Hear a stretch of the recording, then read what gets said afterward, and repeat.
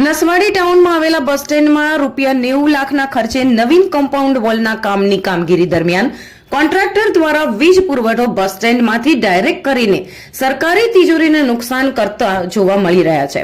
બસ સ્ટેન્ડમાંથી direct વાયરથી વીજ વપરાશ પોતાના કામના મશીનો ચલાવીને એસટી વિભાગને નુકસાન કરતા ખાનગી એજન્સીના લોકો કોઈપણ MGVCLના દર વિના બિંદાસ વીજ વપરાશ કરતા ખચકાતા નથી.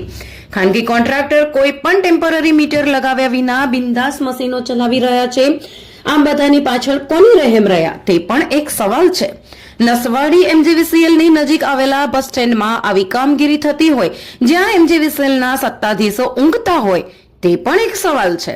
શું કાયદો ફક્ત સામાન્ય માણસ માટે? આવા મોટા કોન્ટ્રાક્ટર કોના આશીર્વાદથી બે રોકટોક આવી કામગીરી કરતા ખચકાતા નથી? આ કોન્ટ્રાક્ટર પર કોઈ પગલાં લેવામાં આવશે કે કેમ એ તો જોવું રહ્યું. રિપોર્ટર ચિરાગ ગુપ્તા, છોટાઉદેપુર.